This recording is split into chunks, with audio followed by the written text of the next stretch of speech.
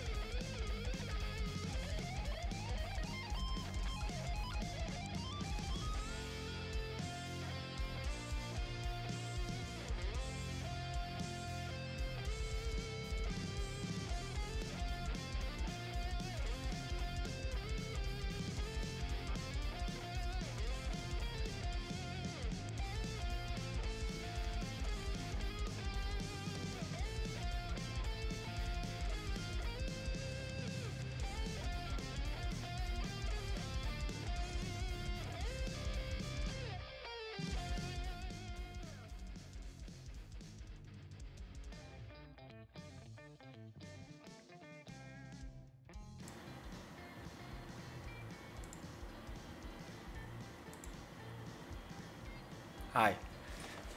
Hi.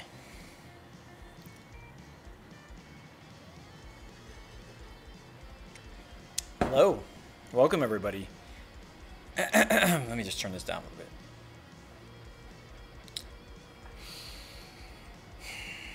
And hello, everybody. Welcome to the NIKO Show. We have a very special episode today. You want to know why? Because we're going to be talking about all about E3 2018. Yeah, usually we don't spend a whole hour on talking about just one thing. But there was that one time we're talking about our favorite top 100 video RPG games and all that. But, you know, that was special. But this is also special. This is episode 21, I think. So this is what we're going to be doing this whole time. Is just talking about all E3. And it's pretty exciting because there's so much to talk about. So if you're just tuning in, it's your first time seeing the NIKO Show. So let me just run it down real quick on what we do. So first of all, I, NikoTheLegend, kind of give you a little rundown of what's going on in my life in real time. And then certain games that I'm playing. And then we get to the news articles and we talk about here and there. And then as the stream goes on, we talk about, as we talk about the articles and all this other stuff, this information, if anybody's in the chat, we bounce ideas back and forth and kind of have, we could have debates or we can reflect on stuff and see what other people say. It's pretty fun. And I get to wear a Mario hat and you get to see my beautiful face. And I'm not in a garage. This is a mother-in-law suite that just has a garage door. It's my keep door, my giant door keep. And, oh look, Captain Griff's there. It's the Legend Show with a very special guest, Captain Griff. Dude, it's you? That's me, my man. It is I, Niko the Legend. With a sunburn. Speaking of RL stuff, I have gotten a sunburn. I've been having this nice old burn life for the past couple days, and definitely didn't help today when I went out in the pool. So I got to be careful. I definitely got to chill, especially when I got some kind of sad news to discuss about, and I don't want to go like, I don't want you guys to feel like, oh, so sorry, man. Like, I don't want that sympathy type stuff because, you know, that's not what I'm after. But I got to be careful because I have this type of skin cancer bump on my shoulder that I'm getting surgery for this Wednesday at the dermatologist. So getting this sunburn and, you know, getting that burn on the basal cell bump or whatever, it's just a little bump or whatever, but it's still skin cancer, and then it gets worse over a year or over as time goes on.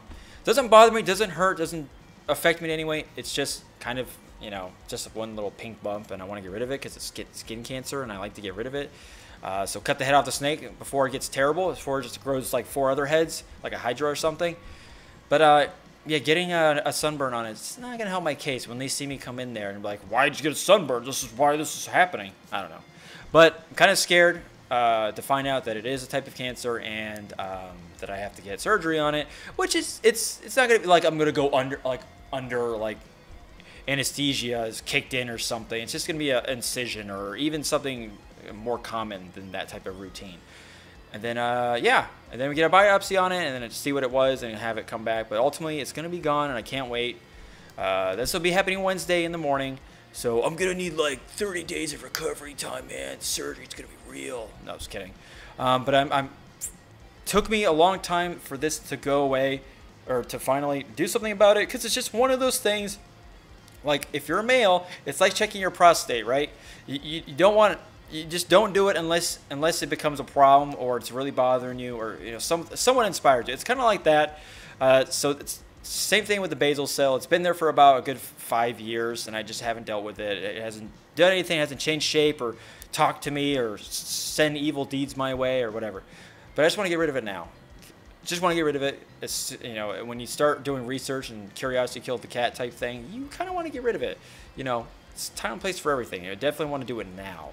So that's kind of what the main thing is happening to me in RL. Anything else? I have a new 60-inch LG HD TV. It's not 4K because honestly, I don't need a 4K, and this is my payment from my brother. If you guys remember, I'm taking care of my little dog for a week, and it's a TV that he didn't use anymore because he has a 75-inch 4K TV. So he decided to give me a 60-inch LG TV, which supposedly has this. Shuts down at randomly after like 12 minutes of view time problem or something. Like, it just shuts off while watching something, and then it just doesn't turn back on for a while. But I've had it for 2 days, almost 2 days now, and it hasn't done it. But I don't know. It could have been a fluke, or I don't know. Maybe it overheats or something. It's a plasma TV, but it's dope as hell looking, and it's only like 4 years old. You know, it's not an old TV by any means, you know, compared to the TV I had before, which was a pretty old HD TV. I'm not really big on keeping up to tabs with my HD TVs. Now, computers and monitors, yes, 1440p, 144 hertz. That's me. But like 60-inch playing any console game like PlayStation or Xbox, I'm okay with, or Nintendo, whatever you want to call it. It doesn't matter. It's amazing. It's amazing. So, anything else though? So that's like the main important things that happen to me in RL. And also, recently, I mean, I'm pretty much behind on the NIKO show episode schedule. I do apologize for that because usually I do it on like every day off or every other day off from work. But taking care of my dog for a week, and then having a cat also in this suite, which is like, think of it as like one giant studio, hasn't really been, you know, stress free, you know, taking care of 2 animals in this environment. But I'm such a great brother, and I had to be patient, you know. Didn't want to do it when I was my most frustrated, or whatever you want to call it. But I'm glad we're doing it now because a lot has happened, and like I said, with E3, and then okay, so great thing, if you guys are tuning in and you've never seen anything in the Niko the Legend related, if you're not part of the Discord server or following me on Twitch, I have a Discord server, and it's the coolest thing ever because I got the most awesome people in there to make it come alive. You guys are great. I'm so grateful, much appreciated for the support I have from my followers and friends. You know, I get to meet new people while doing this streaming stuff, streaming on Twitch and on YouTube. But it mainly came from me streaming Pokemon, Nuzlocke Randomizer, Soul Silver, and I just had a few people ask for me to do a Discord server, and I didn't do it for a little bit. I've been wanting to do it, and then all of a sudden I did.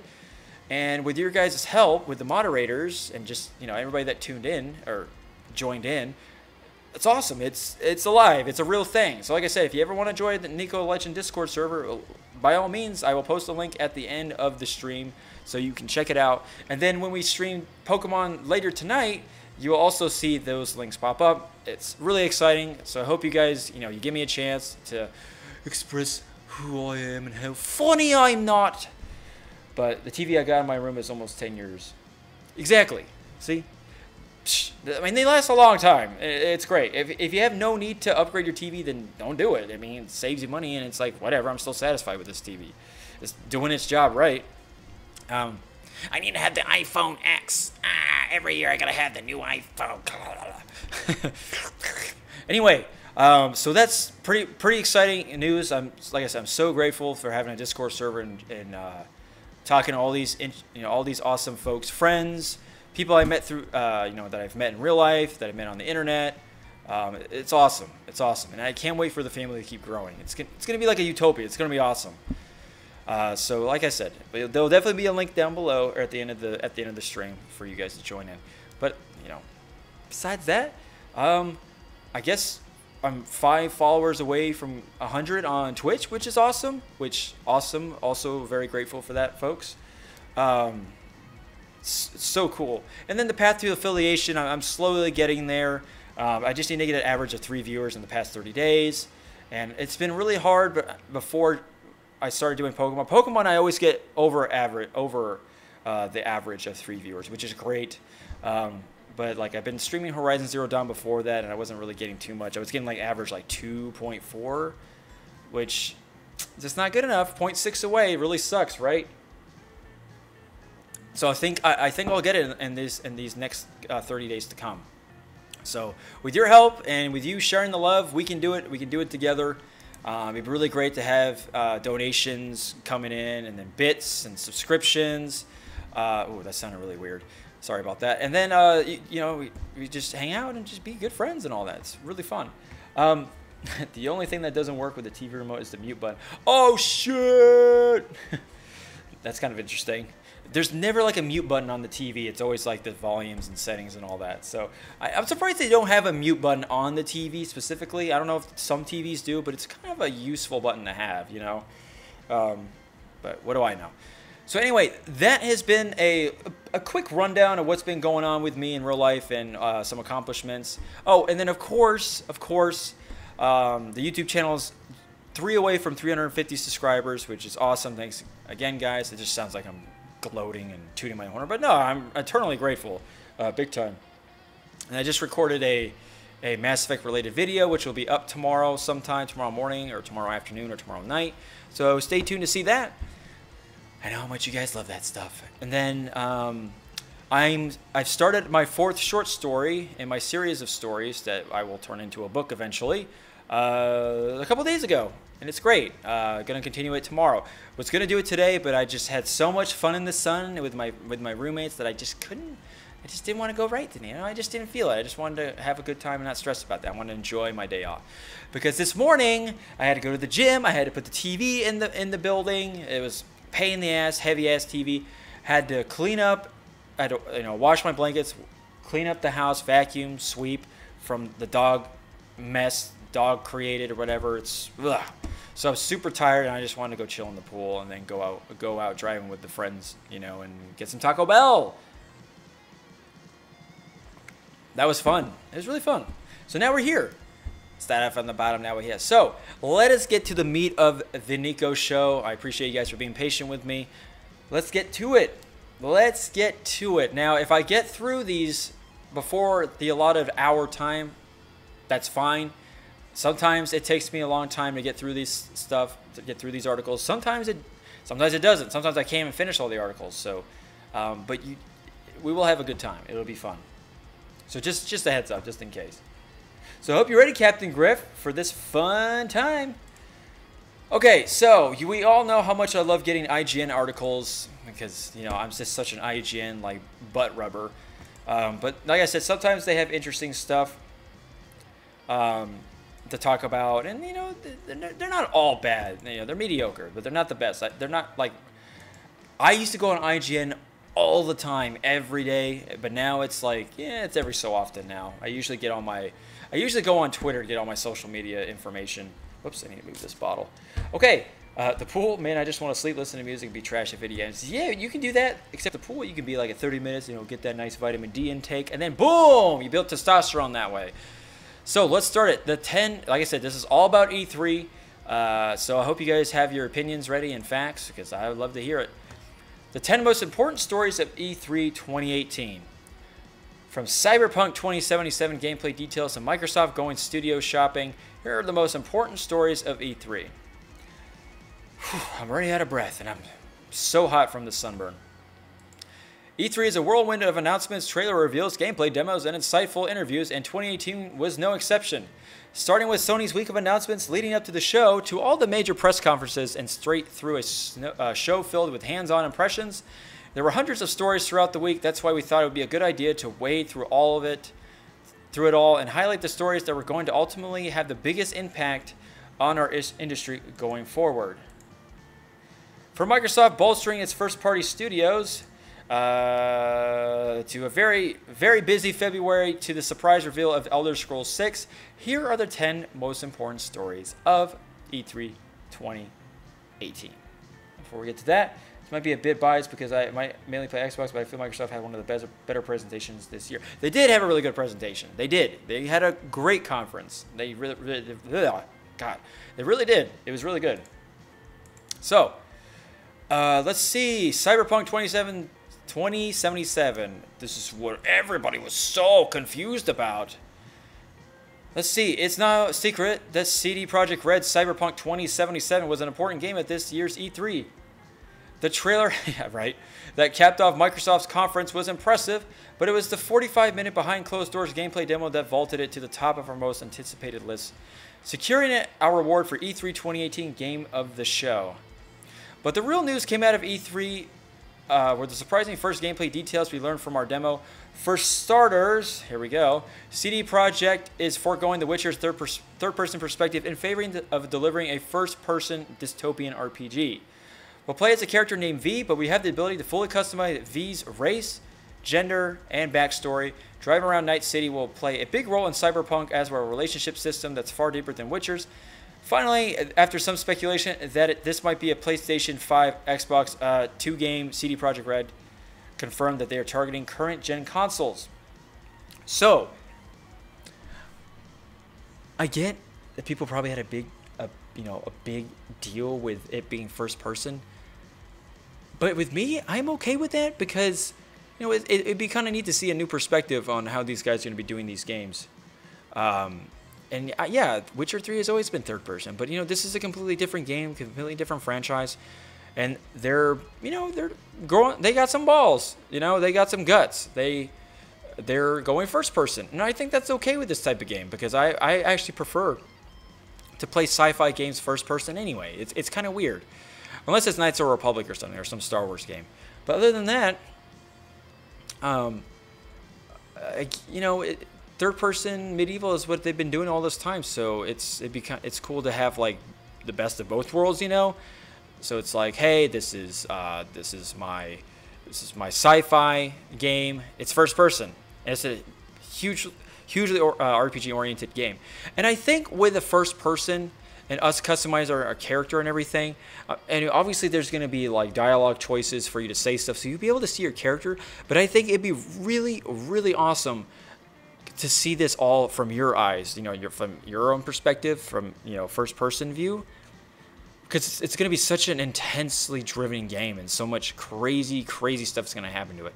I think it'd be better for our eyes to be exposed to such a perspective, and I think that's great.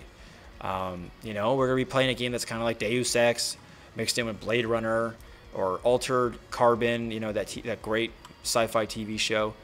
And I think that's perfectly fine. I don't think it's a bad thing. Either I would have been fine with either approach, but I'm okay with this, you know, because they want to try something different. This is a brand new franchise, and watch, when it comes out, people are going to have the best time of their lives.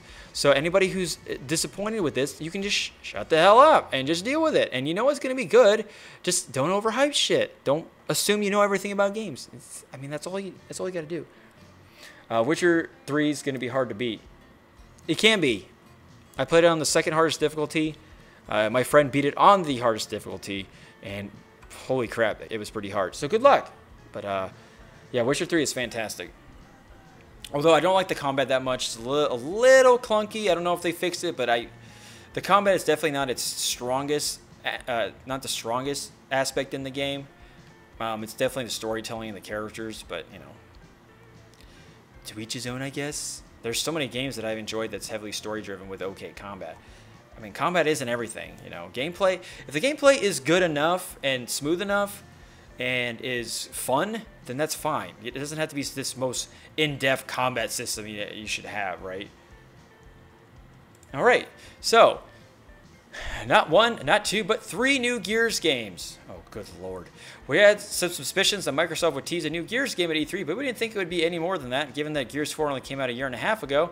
What we didn't expect was not a deep dive into Gears 5, but the announcement of 2 separate spin-off games.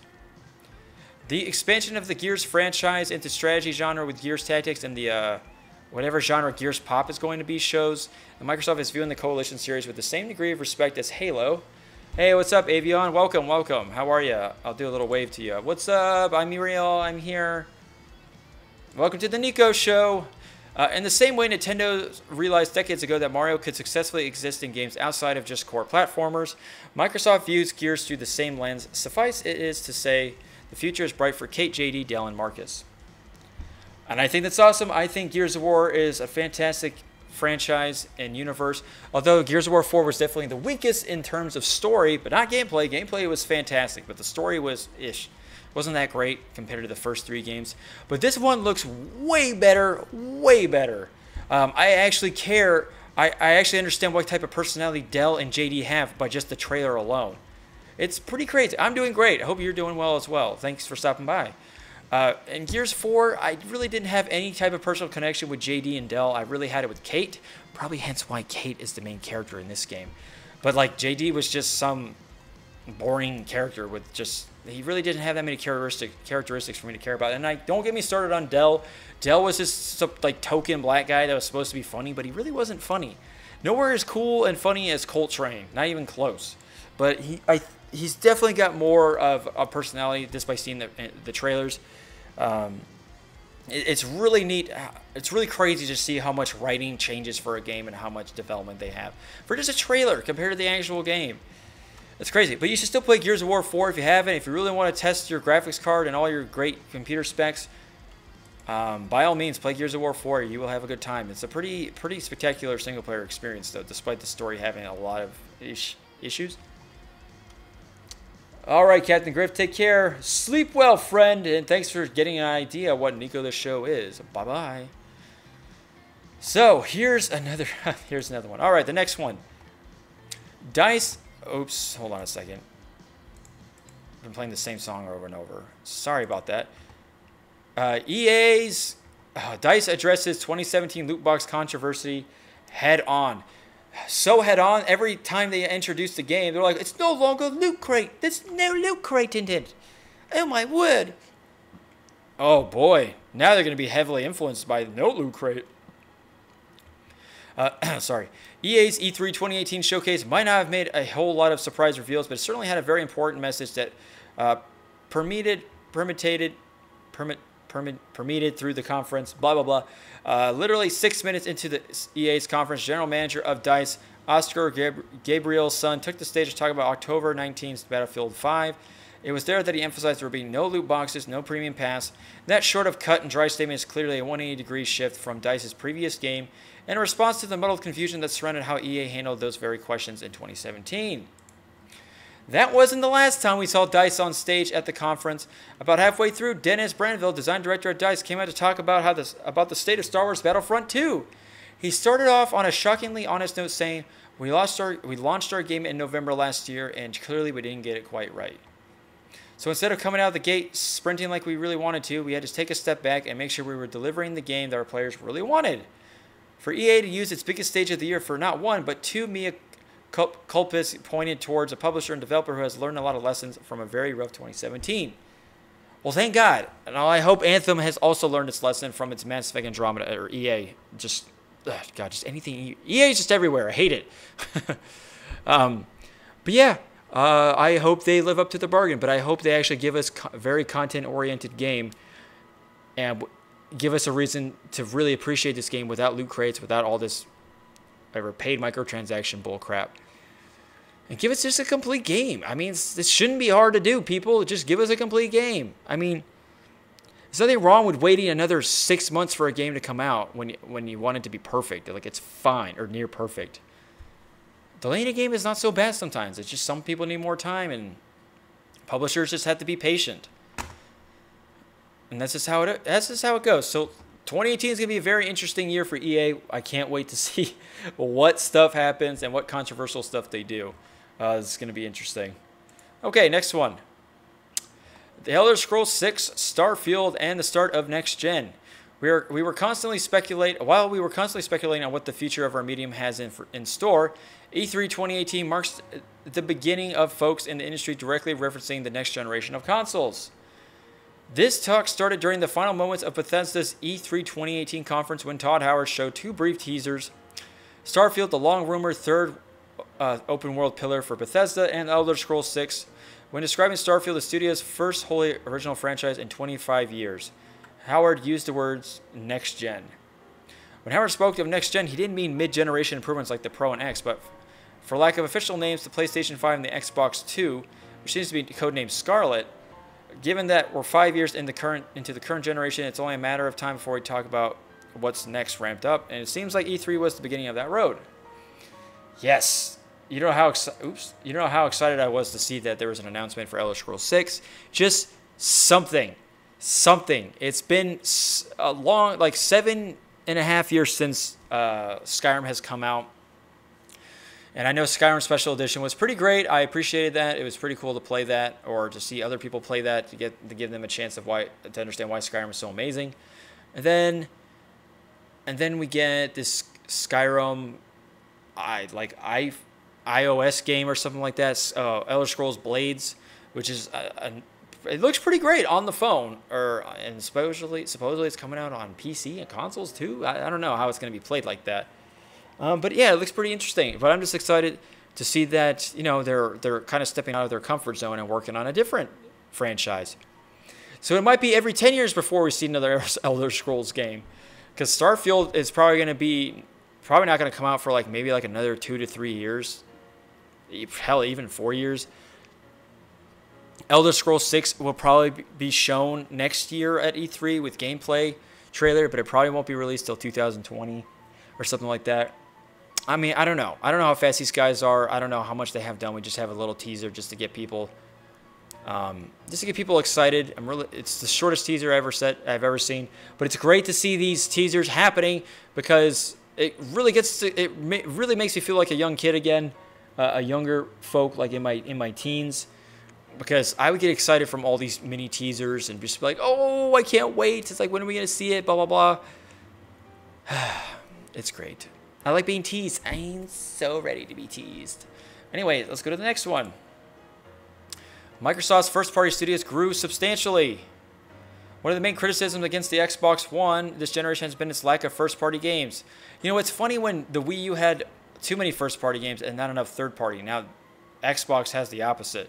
Especially when compared with Sony's offerings, part of this stems from the cancellation of high-profile games like Scalebound and Fable Legends, as well as the multiple delays games like Crackdown 3. But at E3 2018, Microsoft aimed to fix this problem by growing its first-party stable substantially. At its conference, Microsoft announced the acquisitions of Forza Horizon, the developer Playground Games, State of Decay developer Undead Labs, Hellblade's Sasuna's Sacrifice developer Ninja Theory, and We Happy Few developer Compulsion Games. They also found a new studio in Santa Monica called The Initiative, Though we won't see the results of these deals immediately, it's our thought that Microsoft is playing for tomorrow, but playing to win. Yeah, it's good because all your other first-party companies aren't doing that well. Hey, 343, not doing that well. Gears of War, not doing that well. Lionhead, well, that was one, not doing that well. Rareware, not doing that well. Yeah, it's pretty crazy. Platinum Games was going to be a big-time first-party exclusive for Scalebound, which looked amazing, but they had to cancel it for some reason. Like, I just don't understand it. I just don't get it, man. Like, they cancel Scalebound, but they don't cancel Crackdown 3. I don't get it. I don't care about Crackdown 3. It's just such a stupid adrenaline junkie game. An RPG medieval game would have been perfect. We had 2 chances, and it got fucked up.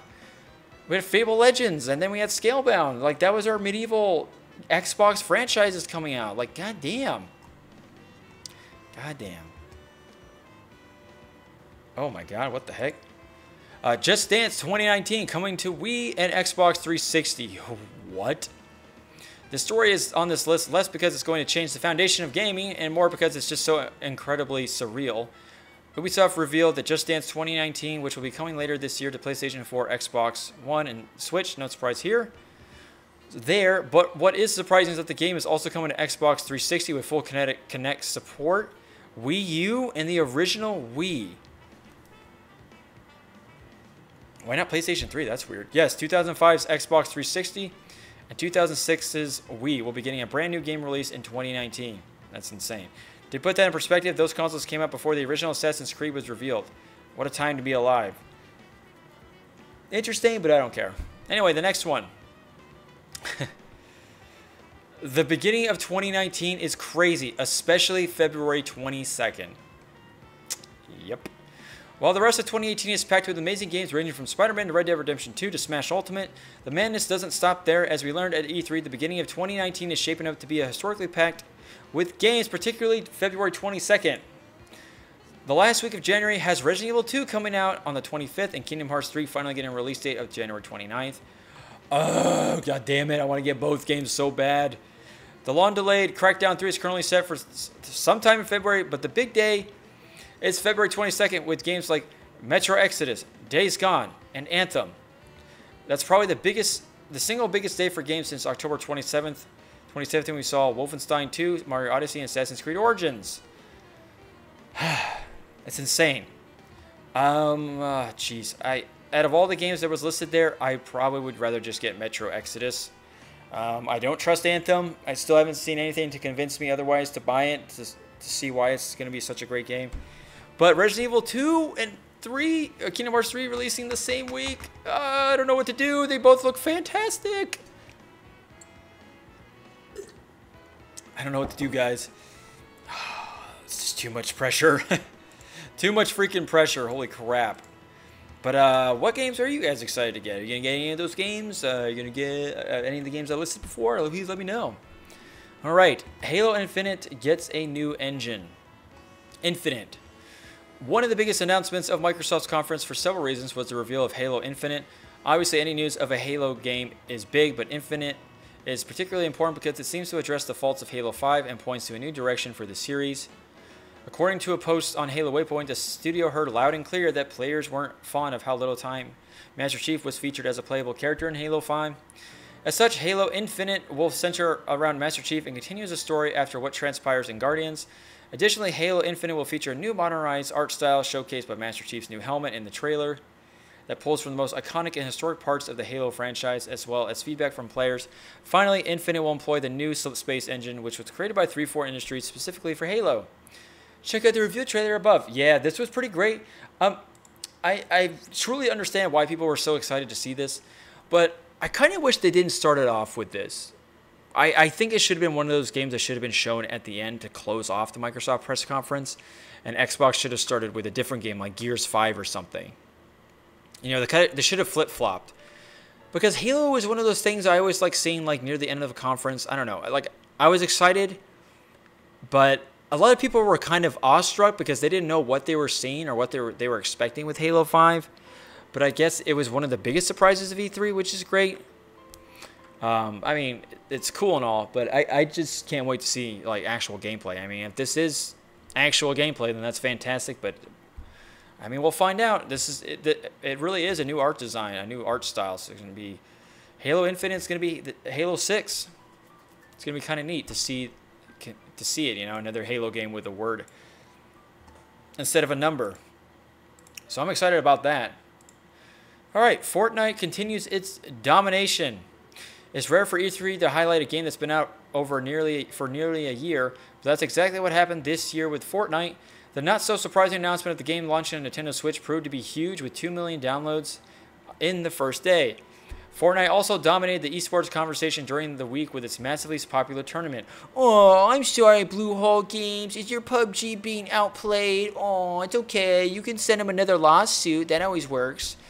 But not all Fortnite news was positive. Its release on Switch brought some of the crossplay issues to the forefront, particularly with PS4 players not being able to carry over their existing Epic accounts to any other platforms. Sony's half-hearted response to the issues definitely didn't help. Way to go, Sony. They're the worst when it comes to quality of life stuff like that. Like, can you just get along with other people? PUBG. Hey, Rezi, how you doing, buddy? Can you just get along, Sony? Can't you just cross-play with other games? Like, I just don't understand it. Like, why is this a thing that Sony likes to do? Yes, they are complete dicks. They are so triggered that Fortnite is being released in Korea, where PUBG was created. And they're like, hey, you can't do that. We're going to file another lawsuit against you because you guys are copying us. You're complete hacks. I'm like, really? Really, PUBG? You got... I need Call of Duty on Switch. Oh, snap. Don't we all? I'm just kidding. I don't really care for Call of Duty. Sorry. But really, like, PUBG is not original. It came from H1Z1 and then Minecraft. And then if you want to go really that far, Star Fox 64 had a Battle Royale mode too. The pictures are there. Actman has posted it. Yeah, exactly. Why does it matter? It's a free game. I mean, they're making millions of dollars on PUBG still. Like, they made so much money on it. Yeah, little greedy little monkeys, man.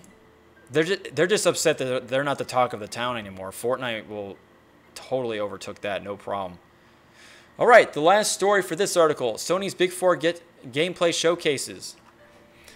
We knew that Sony would be focusing on its Big Four heading into E3. Okay, sorry. The Last of Us Part 2, Ghost of Tsushima, I'm sorry, and Death Stranding. What we didn't know is we get major gameplay trailers, story details, and mechanical deep dives. Spider-Man's demo ripped the lid off our question of which villains we'll be facing off against by showcasing Vulture, Electro, and Rhino. The Last of Us Part 2's trailer juxtaposed a beautiful story, with brutal gameplay scene that showed off Ellie's new survival mechanics. Ghost of Tsushima highlighted its gorgeous aesthetic and fighting game-esque combat, and finally Death Stranding's enigmatic story now makes it a bit more sense. We finally have some idea of what we're actually doing in the game. Like, there's the stuff you can buy in Fortnite, but you don't need to buy the cosmetics. Boom! Take that! Yes, so Sony's Big Four was pretty freaking awesome. The Last of Us Part 2 looks amazing. Ghost of Tsushima looks amazing. Like, oh my god, the game looks incredible.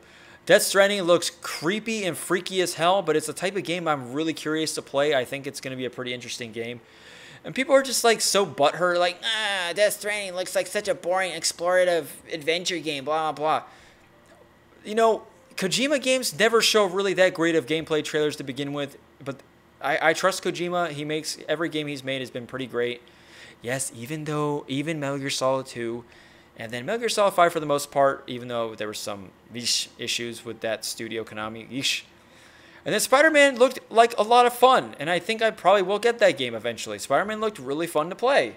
It was a pretty cool game to see. So yeah, there was a ton of cool games shown at the conference. It was so awesome.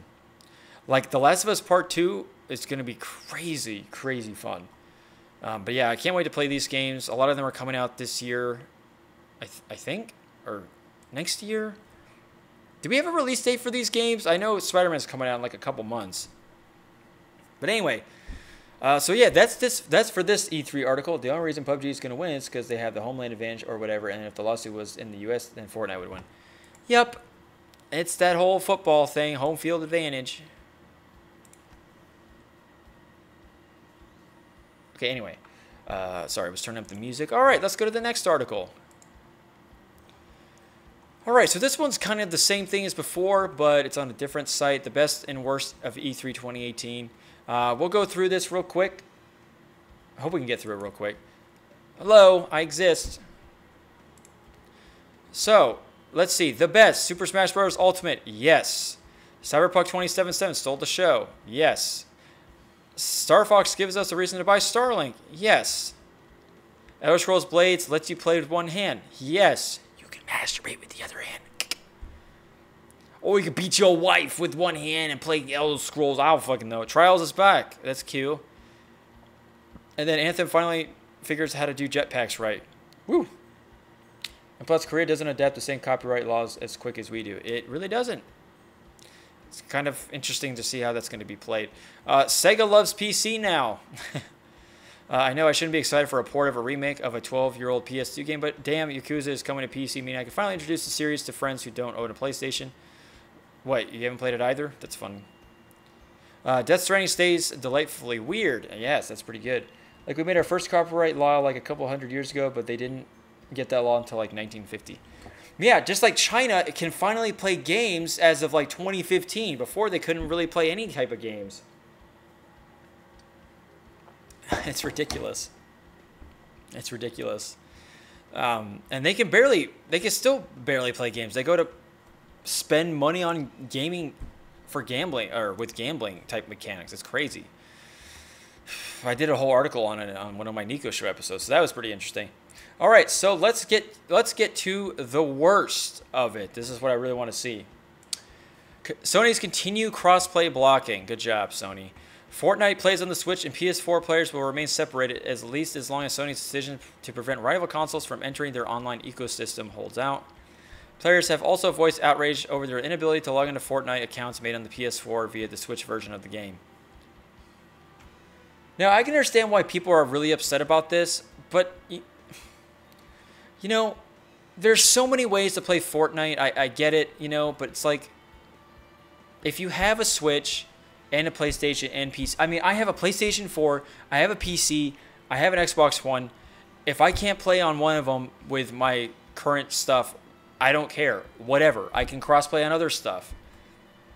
I'm like, if Sony's going to be a butthead, then fine, I'll just play on Sony only, and then people on the Switch, or I'll just play on Nintendo only. I'll just start over. It's not a big deal to be, I mean, I get it. It can be really annoying for that to happen, but at the same time, it's like, how many different consoles do you want to play a free game on? Like, really? Do you think that Epic Games will have to change their game after PUBG most likely wins the lawsuit? Nope. I don't think they're going to change it at all. I think they're just not going to release it in Korea. I don't think I don't think they can change it. If they change it, then nobody's going to really want to play it. I mean, because it's done so much for the gaming community, and it's just insane. You know who needs to sue PUBG is Minecraft or H1Z1. They need to sue PUBG. That'd be great. So that mother effer at Bluehole can suck on his own toe. Waluigi's short shrift in Super Smash Brothers. Oh my god, everyone is here. Seriously, just make the poor guy a playable character. He's endured enough pain. Oh my god. Freaking, really, Waluigi? He's just some crappy character that's just in, like, all, like, the Mario sports games and everything. Yeah. It'll just die out real fast. Command & Conquer's Rivals. Being a Command & Conquer fan is suffering. The real-time strategy series has been dormant since 2012's free-to-play browser title, Command & Conquer Tiberian Alliances, and the last full-fledged title was met with a middling response in 2010. So what did EA reveal to fans at E3? A free-to-play mobile game that was introduced via a lengthy, cringy stage esports presentation. You just have to look at the response on YouTube to gauge what fans are feeling about it. Oh, God. Sorry, Red Alert fans. Terribly sorry that EA just is shitting on your franchise, too. Don't worry, they shat on BioWare and Mass Effect and all that. I know how you feel. Gears Pop. Don't understand why this is a thing. What an abomination. Funko Pop figurines are the absolute bottom feeders of pop culture. Honest to God, when Microsoft did that idiotic bait and switch with the announcement, I wanted video games canceled forever. Thankfully, Microsoft announced Gears 5 almost immediately afterwards and pulled me back from the brink. Yeah, seriously, like, I don't understand what Microsoft's trying to do. They're like trying to be hip or like culturally, like, or just trying to be with the cool kids. I'm like, no, just stick to one game. Just stick to one fucking game. Just stick to what, you know, you're used to making, okay? In this case, yeah, no one wants to play pop figurines. Like, this is just so retarded. It's like, remember Disney Infinity and Skylanders? That was so fun, right? Days Gone might be dead on arrival. What? What was that? Okay, that was scary. Oh, you got some chicken tendies. That's nice. Chicken tendies. Days Gone might be DOA. I played about 25 minutes of the PlayStation 4 exclusive zombie game, and it didn't carry any of the weight it did when it first debuted a few years ago. It felt clunky and very run-of-the-mill, not encouraging for a game that just 8 months out. Sony has locked in on February 22nd.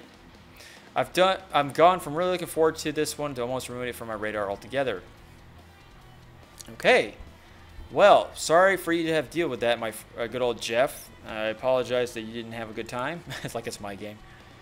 But I think Days Gone looks like a pretty great game for what it was showing at E3. But, you know, that's, you know, looks can be deceiving. I get that. And then playing it is a completely different thing. So, looks like I'm just going to get Metro Exodus on February 22nd. There we go. I did it. Oh, no. Oh, God. Here comes this is going to be good. The violence in some games is starting to feel cringeworthy.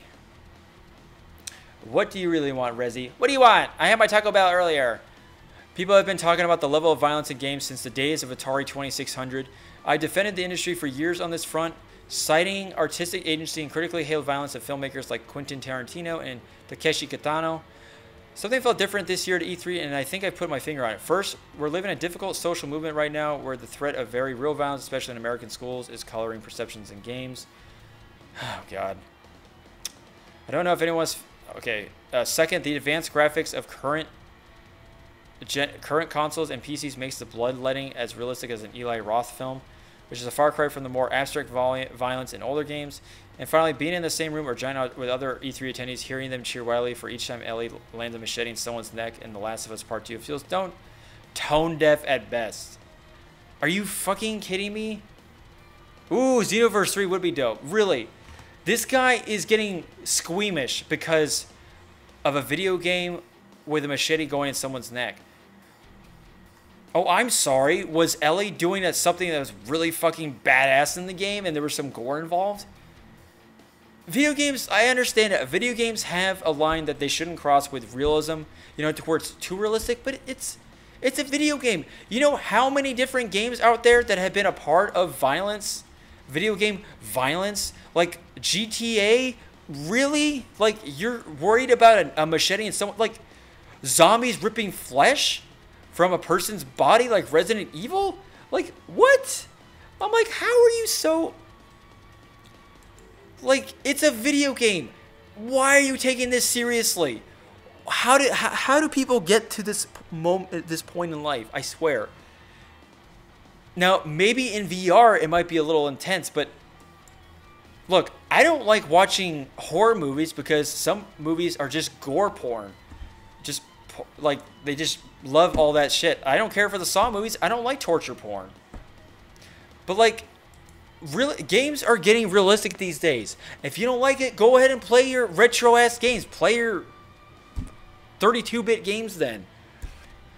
But I'm like, there are just so many games with so much more violence. And I'm like, Last of Us Part 2 looked badass when this stuff was happening. I can't stress that enough. It's like, you know, it's ridiculous when people complain about this stuff. It's not bloodlust. Like, this is why I hate journalism with gamers, or journalism and anything. They have to blow it up on a much higher level because they're insecure with things like this. They're squeamish. They don't like this, so they have to call it a completely thing. Wild bloodlust? Do you not know what bloodlust is? Vampires have bloodlust. They crave blood. They love it. seeing someone kill somebody with a machete isn't bloodlust. It's realism, and it would happen. Have you played Gears of War? Have you seen what happens there when you shoot a guy with a shotgun? He just splits into a million pieces. I don't understand this. Like, come on. Yeah, God of War especially. God of War is amazing. God of War has so much gore. Ugh. And you know what? He says, back in the day, I love games. I want to play the ones I saw. Old games were I'd rather just play those. They were just as realistic for you as they are now at the time when they came out back in the day. But it's fine. You don't have to play the game. Obviously, that's fine. But giving it names, gives it like that, like wild bloodlust, and it's just like it's the context of the situation. It's not just the machete in the neck. It's the fact that this is really fucking cool to see how this character can survive in this game and what it takes to survive in a post-apocalyptic game. Like, Jesus criminy, you would be the first to die in a zombie apocalypse because you wouldn't be man enough to stab somebody in the head. If you don't want a gore-filled game, then go play a game. Exactly. Like, it's like, what did you expect? I mean, The Last of Us Part 1 had blood and gore, and it was fine. It's like, oh, geez, these are the people that just have nothing else better to write about. Oh, God, I hate journalists like that. I'm sorry, Jeff, but you're just a coward and a wuss. Like, go play your Super Monkey Ball on GameCube or something, okay? Go play Ape Escape. I just had to say 2 monkey games. Like, seriously, like, complaining about a machete to the neck when we're getting Resident Evil 2 coming out, Red Dead Redemption, all this other crazy, crazy games. I'm like, God forbid he plays a World War game. God forbid. Split decision, Sony's press conference. Oh my God. So I'll read this tweet. My understanding is that the event space is split into 4 rooms, 1 for each game, and the attendees needed to know to shuffle the next one for the next major trailer. Also, the audio is messed up. I just say a cookies and cream chocolate bar. That's great, Resi. Yeah, Super Monkey Ball may be fun, but it's the most lighthearted game I could have came up with. Work with me here. Work with me, folks. Work with me. Weird things can be great, and weird Sony's usually a wonderful thing in E3, but Sony's E3 press conference was bad weird. The stretched out immersive segments promoting games like The Last of Us Part 2 and Ghost of Tsushima amounted to needless window dressing with a banjo and flute performances that were instantly memeified. Really? And yet, even with all that weirdness and audio problems on the stream, there were precious few games unveiled that were anywhere near as experimental as the presentation itself. Where are the new Patapons? Who watched this from his home in New Jersey? I mean, I wasn't there, so I don't know, but I enjoyed what they were showing. I thought it was, listen, because someone plays a really cool acoustic song on a guitar, or plays like this really cool flute for this other game, that needs to get memeified. This is why I can't stand geek culture. This is why I can't stand the internet and social media. It's like they just have to poke fun at everything. I thought it was awesome seeing those guys playing those instruments. It was badass. I thought it was cool to have this really neatly themed presentation and environment to show with your game. I thought that was neat. You don't really see that with other conferences or anything else. It was cool. It's like you're at Disneyland or something, or Disney World. And seeing these really talented musicians playing music, which they barely got an applause. I'm like, you know what? I wonder how much time they rehearsed those songs. This shit isn't easy, folks. It's not easy. I thought that stuff was awesome that they were doing that. I mean, I don't know. To me, it's disrespectful to instantly memeify something when these guys were just showing their complete talent. That's what the geek culture does. Stuff that they don't understand and things that they can't do, they just automatically think it's just funny and retarded. Oh, I'm sorry. Do they have talent and you don't? So deal with it. I'm dealing with it really good. But yeah, that shit bothers me. So Sony, I thought Sony's conference was great. Maybe it was a bit of a rough and tumble for people that were there personally, but this guy is talking about him being there, watching it from his TV. So, whatever. Definitely getting a church vibe in here. Everyone just keeps joking that something's going to bust through these windows. Well played, Sony. See, this is what I just don't understand. Like, everybody just like a hypochondriac? Or just think something's gonna attack them or something. Like, come on. Like, what if it did happen? You know, how freaking awesome that would have been. It would have been like a Universal ride thing, or whatever, Halloween Horror Nights. That would have been awesome. Final thought: a rebuilding year of the game industries for the games industry. So there are no ways to talk about it like a pro sports team retooling its roster in hopes of making it back to the playoffs of the season next year or after next. E3 2018 has been a prototypical rebuilding year in terms of new software, Fallout 76 notwithstanding. The bulk of really big games announced won't see the light of day before 2019 or beyond. Oh, sorry. Considerably fewer were hands-on compared to previous years. That said, those hands-off demonstrations are a solid group of games to be excited for. Cyberpunk, Sekiro, Control, and Ghost of Tsushima all look very promising. Oh, Jeff. Oh, that's really nice for you to say. That's. You're really worried about that machete, huh? You probably couldn't sleep that night. Oh, the poke stream. Blah, blah, blah, blah. I'm just kidding. It'll be on pretty soon, actually. Maybe like in the next half hour. We're starting round 3, my friend. It's going to be exciting, exciting, exciting. So, we'll definitely wrap up this Nico show episode because we're reaching up to an hour time. But if you guys did enjoy what you saw of the Nico show, well, I appreciate it. And there'll be plenty more stuff to hear from me, talking about your favorite video game topics and random stuff, and hopefully to get your attention on other things too. And like I said, if you want to join the NikoTheLegend server, by all means, the links are in both YouTube and Twitch right now. Like I said, if you like what you saw today and you want to see more NikoTheLegend stuff, gaming related or anything, follow me on the Twitch channel and check out my YouTube channel. Great stuff, great stuff. And also, like I said, I have a Discord server and we got the coolest guys there, or coolest people. We're all hanging out. And tonight, in about 20 to 30 minutes, we're going to be playing round 3 of the Pokemon Nuzlocke. God, it's going to stress me the hell out. So we'll see how far I get this time. I've died twice, got all my people wiped out, so we can only imagine what's going to bring to the table. We got brand new pokes. We're going to have a bunch of fun. Hopefully we get more followers. So maybe we'll reach 100 followers tonight. It's going to be great. So thanks again, everybody who stopped by to check out the Nico show. I hope you have a great night.